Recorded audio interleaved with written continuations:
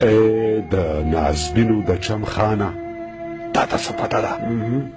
ته څه خبرې یې لوږه څه ته تنده څه ته وایي سباوون صاحب د نازبینو د چم خانه تا ته څه پته ده ته څه خبرې یې لوږه څه ته تنده څه ته وایي او ته چې پیدا شوې په ککو کې درته شات څڅېدل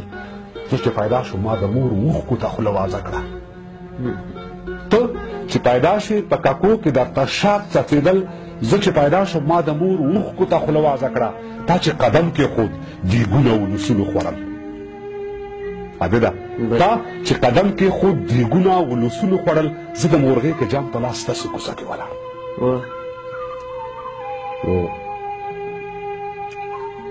زمونږ تر څنګه د خانخېلو کلیه منو چې تاسو فطرتي خانان یې خو موږ هم پوزه باندې مچ نه پرېږدو په موږ به دا خرمستي نه خرڅوئ منو چې تاسو معزز خلک یې هر څه چې وغواړئ همغه کېږي موږ پیداوار یو د دې خړې خاورې زموږ کفن به هم د دې خاورې وي ستاسې بچي د محلونو بچي بس هره شپه د چراغان شپه وي زموږ بچي لا سپلی نه پېژني د شپې د سر لاندې څنګل ماته کي زموږ او ستاسو ترمنځ فرق نشته بس دومره فرق دی لکه ځمکه او اسمان دا ارتفاع موږ په سر سترګو منو انصافي مې شاید نه وي کړي زموږ د خاورو کوټنخې چېرته دا ستاسو برجورې کلا زموږ د خاورو بوڅلي کورونه ستاسې برجونه تر اسمانه کابو ولې به دا ارتفاع نه ورکوم ولې به داسې فتوا نه ورکوم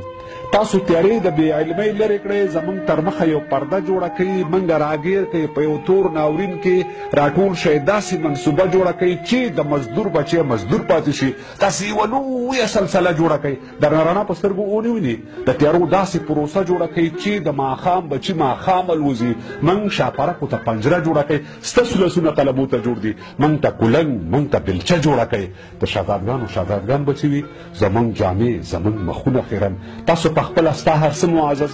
ستاسو خپلوان ستا مېلمانه معزز ستاسې کوترې او بازان معزز ستاسو باخې ستاسو تازیان معزز منو زمونږ خویندې لوڼه وینځي د وینځو لوڼه غلامان زیږوي زه به مزدور یم زما پلار مزدور و زما بچی به هم مزدور پاتې وي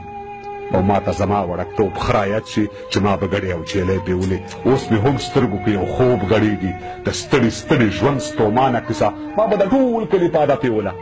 پاده خو به تاسو کوم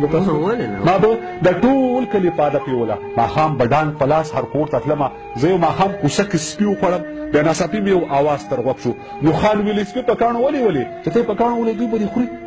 او په ګوډه خپه بیا کور ته لاړم مور ته مې ویلې چې زه سپي وخوړم ویل خیر دی بچی دا د خانانو سپي دي ویل خیر دی بچی دا د خانانو سپي دي د هغوی سپي د معززو سپي دي په ما یې لاس د شفقت راښکلو د لوپټې خیرنه پیسکه یې تاو کړه زما خیرن مخې د خاورو پاک کړو ویلې بچیه نور په ادامه پیایا او د دواړو سترګو نه یې اوښکې راغلې جوړې زما په حال غمجنه شوله همداسې تلې تر ګریوانه پورې نو ما یې د شونډو سپین پاړونه کتل پکې د وینو غوټۍ جوړې شولې بیا دواړه لاسه ګریوانه ته واچول مانه لا هغه خیرې هیرې نه دي ډېره